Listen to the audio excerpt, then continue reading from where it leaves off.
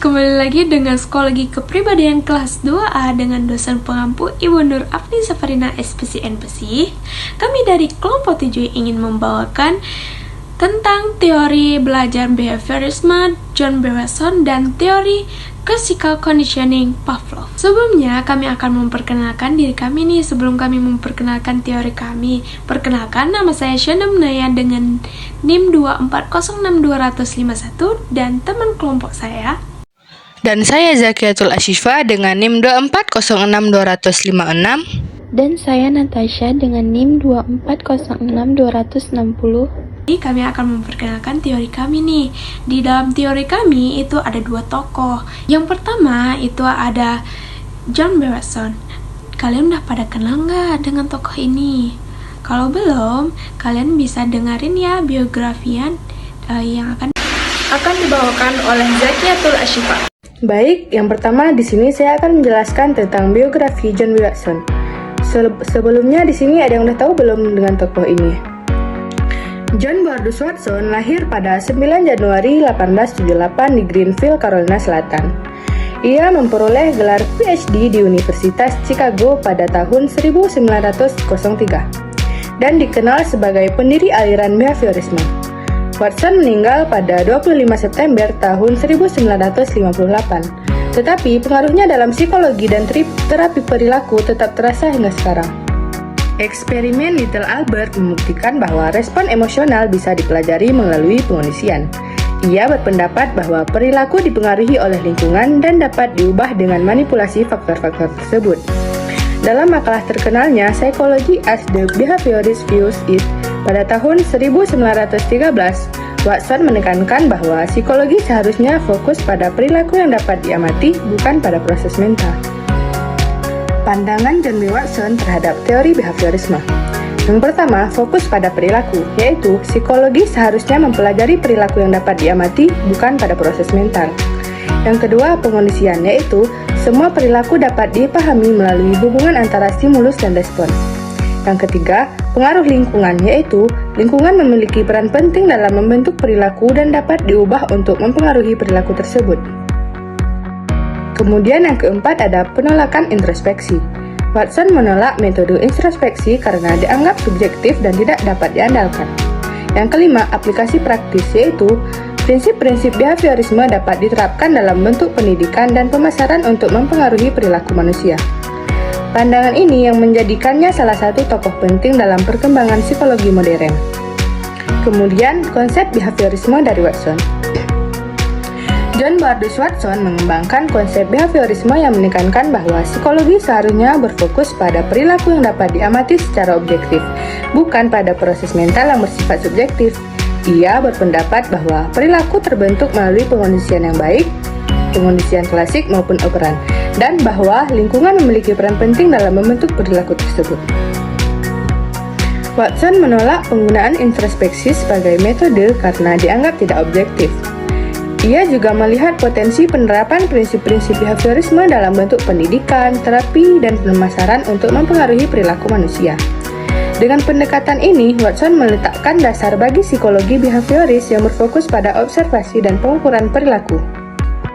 Jadi di teori ini ada dua tokoh. Yang pertama kan John B. Watson. Yang kedua itu ada tokoh Ivan Pavlov. Nah, nama lengkap Ivan Pavlov itu ada Petrovich Pavlov. Dia lahir pada tanggal 26 September 1849 di Ryazan, Rusia. Ia berasal dari keluarga religius loh. Ayahnya adalah seorang pendeta ortodoks. Nah, awalnya Pavlov belajar di bidang keagamaan. Jadi di teori ini ada dua tokoh. Yang pertama kan John B. Watson. Yang kedua itu ada tokoh Ivan Pavlov. Nah, nama lengkap Ivan Pavlov itu ada Petrovich Pavlov. Dia lahir pada tanggal 26 September 1849 di Ryazan, Rusia. Ia berasal dari keluarga religius loh. Ayahnya adalah seorang pendeta ortodoks. Nah, awalnya Pavlov belajar di bidang keagamaan. Dia mengikuti jejak ayahnya, tetapi ia beralih ke fisiologi di Universitas St. Petersburg. Nah, Ivan Pavlov tertarik pada fisiologi dan sistem pencernaan. Ia melakukan penelitian tentang refleks pencernaan pada anjing, yang kemudian membawanya pada teori conditioning klasik. Nah, Ivan Pavlov ia menerima hadiah Nobel dalam fisiologi atau kedokteran pada tahun 1904 atas penelitiannya tentang fisiologi sistem pencernaan. Meskipun ia dihormati di seluruh dunia, Pavlov tetap tinggal di Rusia bahkan setelah revolusi Bolshevik. Nah, karena ia dapat mendapatkan dukungan dari pemerintah Soviet yang menghargai kontribusinya dalam ilmu pengetahuan. Nah, Ivan Pavlov juga meninggal pada tanggal 27 Februari 1936 di Leningrad.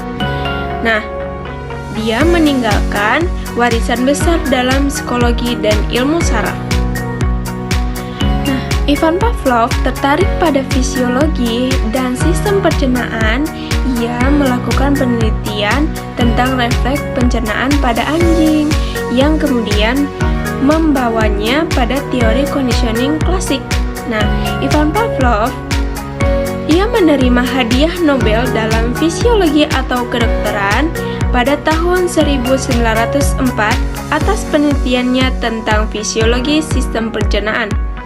Meskipun ia dihormati di seluruh dunia, Pavlov tetap tinggal di Rusia bahkan setelah revolusi Bolshevik. Nah, karena ia dapat mendapatkan dukungan dari pemerintah Soviet yang menghargai kontribusinya dalam ilmu pengetahuan.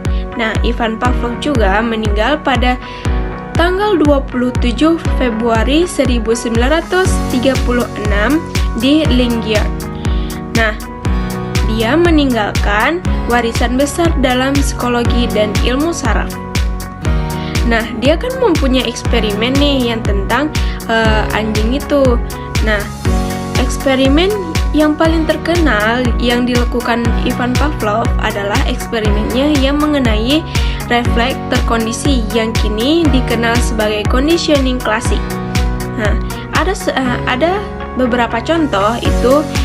Contohnya gini, jika seorang guru ingin mengajarkan anak-anak untuk merespon bunyi lonceng dengan diam dan duduk dengan tenang, dia dapat menggunakan conditioning klasik.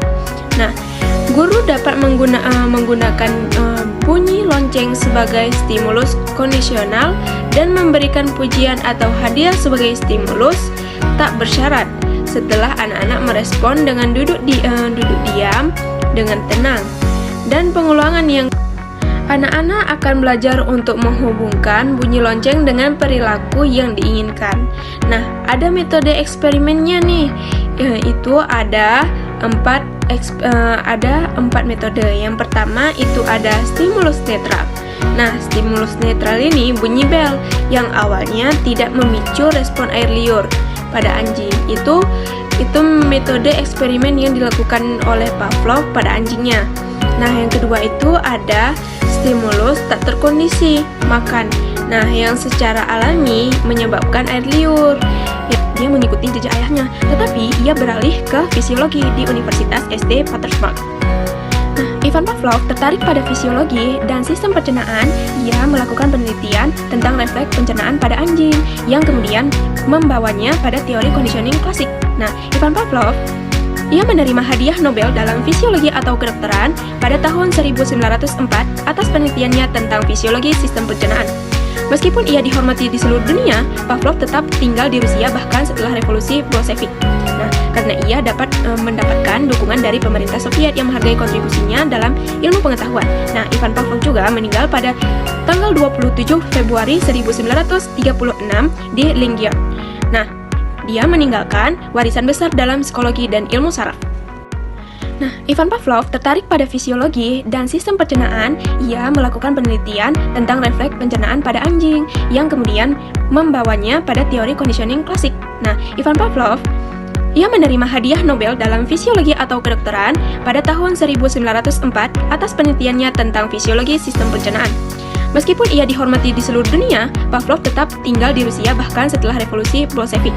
Nah, karena ia dapat mendapatkan dukungan dari pemerintah Soviet yang menghargai kontribusinya dalam ilmu pengetahuan. Nah, Ivan Pavlov juga meninggal pada tanggal 27 Februari 1936 di Lingyon.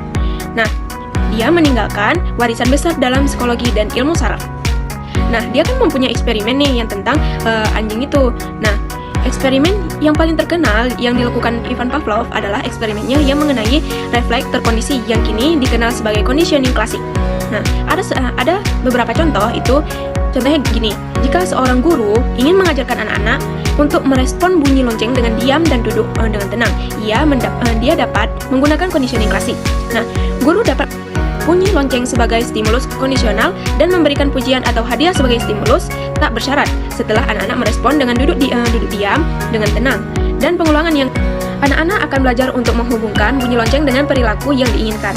Nah, ada metode eksperimennya nih, yaitu ada empat metode. Yang pertama itu ada stimulus netral. Nah, stimulus netral ini bunyi bel yang awalnya tidak memicu respon air liur pada anjing. Itu metode eksperimen yang dilakukan oleh Pavlov pada anjingnya. Nah, yang kedua itu ada stimulus tak terkondisi, makan. Nah, yang secara alami menyebabkan air liur. Yang ketiga itu ada respon tak terkondisi. Itu mengeluarkan air liur sebagai respon alami terhadap makanan.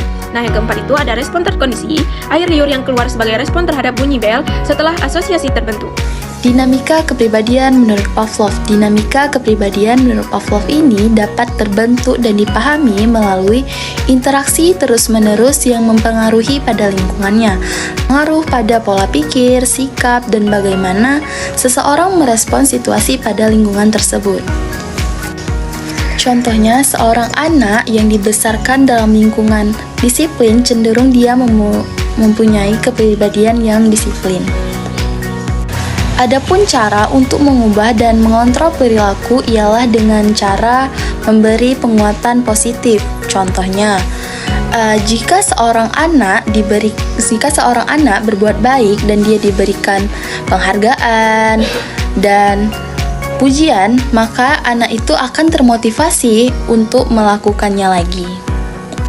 Perkembangan kepribadian menurut Pavlov ini dibagi menjadi dua macam. Yang pertama, kondisional klasik. Kondisional klasik atau kondisional responden adalah proses belajar di mana seseorang membentuk kebiasaan melalui hubungan antara stimulus dan respons, yang dimana ini terjadi secara refleks atau spontan.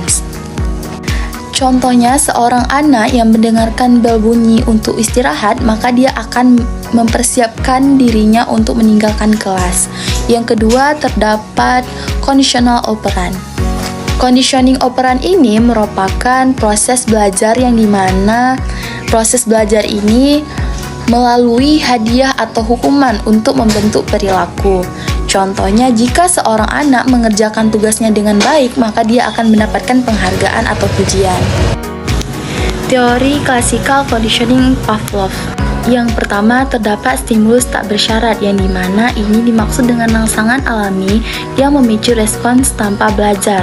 Contohnya adalah makan. Yang kedua, terdapat respons tak bersyarat, yang dimana respons tak bersyarat ini merupakan reaksi otomatis terhadap stimulus tak bersyarat. Contohnya, mengeluarkan air liur ketika melihat makanan.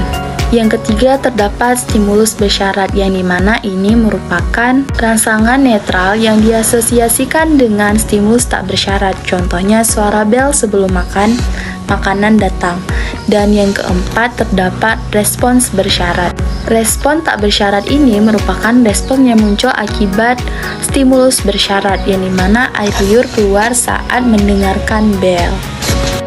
Adapun aplikasi teori Pavlov, yang pertama, pembentukan teori belajar. Suara bel sekolah membuat siswa otomatis bersiap untuk belajar. Dan yang kedua, terdapat motivasi dan disiplin pada dunia pendidikan, yang dimana di sini pujian dan penghargaan akan membuat siswa tersebut melakukan kebiasaan baik. Dan sebaliknya, jika mendapatkan teguran dapat mengurangi perilaku negatif. Dan yang ketiga, mengatasi fobia akademik. Suasana belajar yang nyaman membantu siswa mengasosiasikan mata pelajaran sulit dengan pengalaman positif. Dan yang kedua, terdapat psikologi dan terapi. Yang pertama, terapi fobia, gangguan dan kecemasan, dan pembentukan kebiasaan positif. Aplikasi teori John Brodus. Yang pertama, terdapat pada dunia pendidikan, pembentukan kebiasaan belajar, metode drill dan repetition, pembiasaan disiplin. 2. Psikologi dan terapi, modifikasi perilaku, dan membentuk kepribadian.